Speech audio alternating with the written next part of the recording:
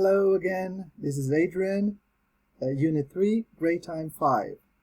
And now we're going to have this video to make some comments and the correction of the activities that you did during your listening activity from your study guide. Okay, did you have the time to do your study guide and do this listening activity?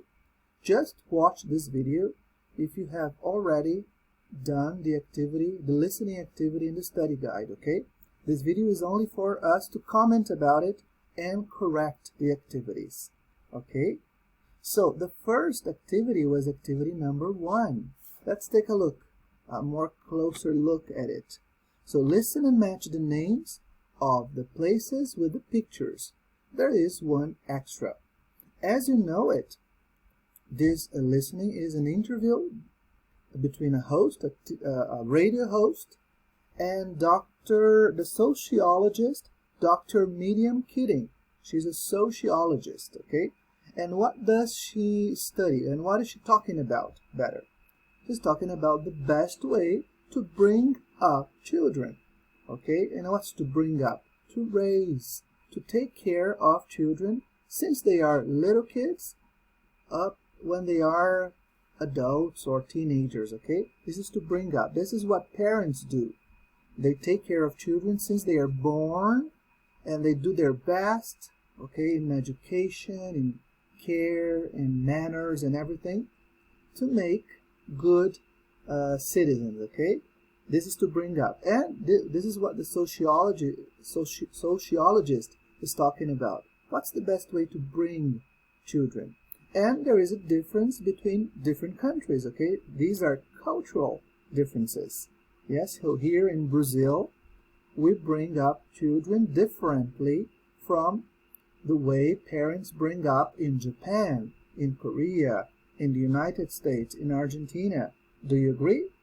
For example, I'm going to ask you some questions, and then we can imagine how different the culture, or how different it is to bring up children according to those questions. Let's take a look at the questions, okay? Okay, so let's take a look at the first question.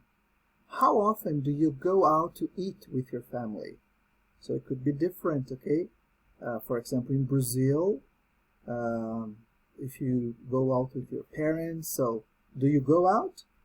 What time do you go out? Do you stay up late? I don't know, maybe it's different from here in Argentina and Korea and Japan. Another one, how often do you try new types of food? And how varied do you think your diet is? So, is it different between or among many countries, okay? Do you have a fixed bedtime? So what time do you go to bed? So is it different here? The time that people go to bed in Brazil from the time they go to bed in Colombia, for example, or in India, okay? This is all related to children and parents, okay? And when are you allowed to talk during class in school? Okay, so the school environment, the school education can also be different among different countries, okay? So this is what we're going to discuss in this listening, all right? Let's go back to the book now. Okay, according to the listening that you have just done, that the track is 1.17 in the PS language portal, okay? Let's take a look here. This is one habit, a cultural habit. No time for bedtime. So children don't have to go to bed, for example, by 8 or 9. They can go to bed later. So where is it according to the listening? This is in Argentina. Okay, so let's do this. I think it's better. So no time for bedtime. This is Argentina. So you can go here, click here, and no time for bedtime is Argentina. What about this? Let them solve their own problems. So there is no interference. This is related to school environment, okay? This is what the teachers do when the students have problems and conflicts, so they don't interfere. They let the students solve their own problems. Where is it? It's in, according to the listening, it's in Japan. Okay. And what about the next one? Introduce them early. What about this one? And this is related to food. Okay, introduce them early to different kinds of food. So they have to try out different kinds of food. Where? This is in, according to the listening, this is in France. Okay? Keep it in the family. So they usually have a big family gathering, and they stay with the family most of the time, and they keep it in the family. They don't allow other people to be together. So where is it? This is in, according to the listening, this is in Poland. Yes, Poland. Okay, and finally, children only. So the children are going to play a sport or something, but only them. No adults involved. This is in the Polynesian Islands, according to your listening. Let's check. Okay, all of them are correct. Did you get them right when you did your listening? Okay, now we're going to do the second part, and we're going to correct the second part of the listening. But at this time, I'm going to play the listening, then we're going to listen together, and I'm going to pause at relevant information and correct the activity. Okay? Okay, so let's take a look at the first one. Number 1. Why do many parents feel guilty about the way they bring up their children? Okay, feel guilty. So, feel guilty is to feel that they're not doing the right thing. They say, oh, I'm guilty. Maybe I'm wrong. I'm not doing the right thing. So they feel guilty about it, about the way they bring up, the way they raise their children, the way they take care of their children. Okay. The first one, for example, they don't give their children enough attention. The second, they feel they are too strict, severe, rigorous, and they don't always do what they think they should do. Let's listen and mark. Hello and welcome to Family Matters. What is the best way to bring up children? Now there's a question. Many parents are caught between what they think they should do and what they end up doing and feeling guilty about. Well, a new book by So here, they think what they are caught between what they think they should do and what they're actually doing. So here is they don't always do what they think they should do. Yeah, that's why they feel guilty, because sometimes they think, oh, I should do this with my kid, but in fact I'm doing this, so I'm feeling guilty. Yeah. So for example, my son or my daughter should eat more vegetables, more salad, but in fact I'm not giving him or her salad or vegetables to eat. I'm giving them some other kind of food. Okay, that's why they feel guilty, because they don't always do what they think they should do. Okay, that's what we have just heard. Number 2, what did Dr. Keating notice about Argentinian children? They are often more tired, they often sleep too much, a lot of sleep, or they begin developing social skills when they are very young. So let's see here. Sociologist Dr. Miriam Keating might just make those parents feel a little bit better. In her new book, Bringing Up Babies, Dr. Keating questions some of the ideas we have on parenting and looks to other cultures to show how they do things differently. In each chapter, she takes a different problematic area and shows us how parents from other countries do things differently. Welcome to the show, Dr. Keating. Thank you. I'm happy to be here. Let's start our discussion with the first chapter of your book. You look at the British obsession with bedtimes and making sure they get the children to bed before a certain hour. Yes. To look at this from a different perspective, I discussed the country of Argentina. There, Parents often let their children stay up late. Okay, she's saying here that in Argentina, the parents often let children stay up late. They can go to bed late at night, for example, midnight or 11 o'clock, okay? And what are the consequences of this? Let's see here. And it's not uncommon to see children eating out late in restaurants with their parents. It doesn't seem to do them any harm. What's important is that kids get enough sleep. So if they go to bed late, they get up late. And that's exactly what they do. Furthermore, by going out in the evenings with their parents, Argentinian children learn how to socialize well and how to behave well in public from a very early age. Oh, that's very important. By going out with their parents, the Argentinian children learn how to socialize better and how to behave better since a very early age. So here, which one? They begin developing social skills when they're very young. So she says the expression, from a very early age. That means when they're very young. Okay, and they start socializing, developing social skills. Okay, number 3. What does Dr. Keating feel? French children are better eaters. They eat better. They eat better. Why does she feel that? Because their parents encourage them to try all sorts of food. All sorts of food. They are expected to like all foods from a very early age, so you have to like it. Or French cooking is better than British cooking. So let's listen.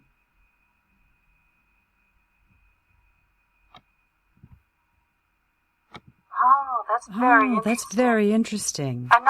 Another familiar problem that you look at is food. The fight to get children to eat healthy foods. For a solution to this one, you take the example of France, where children are introduced to all sorts of food from a very early age. Oh, yes, but as you say. Okay, so France, children are introduced to all sorts of food from a very early age. So, probably this one. Why does she feel French children are better eaters? Because their parents encourage them to try all sorts of food since they were young, very young. Okay, let's continue. That problem exists everywhere, even France. The difference is that, although French children are allowed to not like a food, they're not allowed to not try a food. And even if a child doesn't like a food, that's no reason never to try it again. Parents usually just wait a while and reintroduce the food a little later. Unsurprisingly, you found that French children were a lot less fussy than the kids in the U.S. But moving on to topics. Okay, so she says something very important.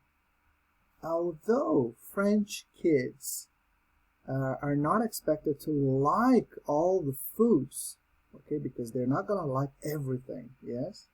They're not allowed not to try all sorts of food.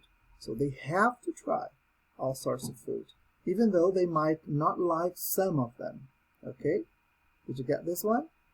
So that's the way French children relate to food. Okay. Now let's move on to Japan, and then we're going to talk about Japanese school. What surprised Dr. Keating in the Japanese school? Number 1, the children weren't always well behaved. The next one, the teacher was happy to let the children argue in class. So the children could discuss, argue, have like to argue is to not to fight physically, but to fight verbally with the others, to defend your point of view, for example. And the next one, how good the teacher was at helping the children sort out their problems, solve their problems, okay? Let's see here what surprised Dr. Keating. Other other than food. Talk a little about what you found in Japan. In Japan, I discovered an interesting idea on how to deal with fighting. I observed children in a Japanese elementary school and was surprised to see that when two 5-year-olds started to argue about whose turn it was to use the computer, the teacher did nothing, even though the children were getting very loud and upset. Okay, so the children did nothing when two students started to argue about computer and about things in the class, and the children didn't interfere, did nothing.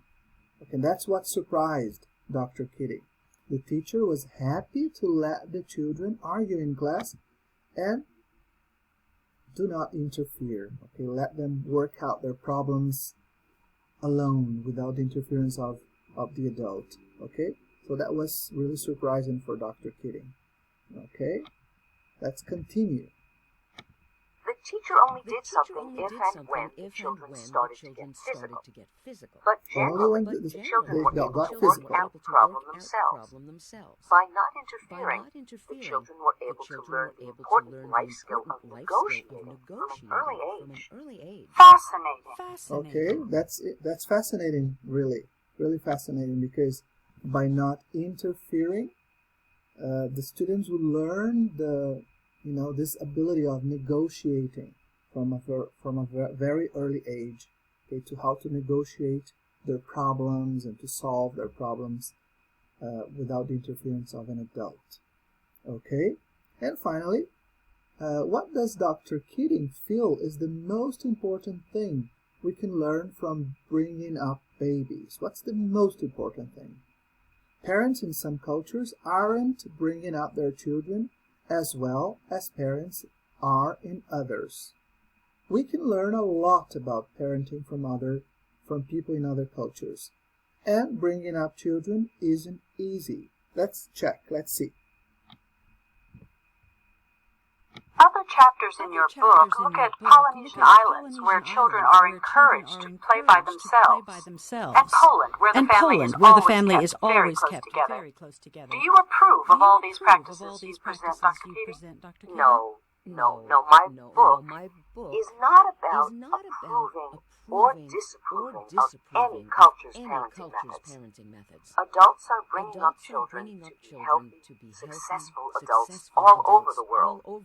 The message of my book is that there is no single right way to bring up children. But learning something about parenting in other cultures can help parents everywhere. The message of my book is not that there is a right or wrong way of parenting, but you can benefit from learning about parenting from other people, from people in other cultures. That's her message, okay? So it's beneficial, okay? That's the message. There is no right or wrong way, but you can learn from Argentina a little bit, from France, from Poland, from Polynesian islands, okay? And then we can think, okay, I think this is the best way here. In this part, I think I can get it a little bit from France and introduce into my own upbringing, okay?